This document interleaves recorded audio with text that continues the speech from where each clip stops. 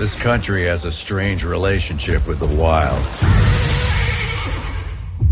As much as we talk about it, and paint paintings of it, and sing songs about how we're destined to be it, we seem to spend every waking hour in places that keep us away from it. So to get back to the wild, we need something built for it. Something that acts like it's been out here before. Because it has.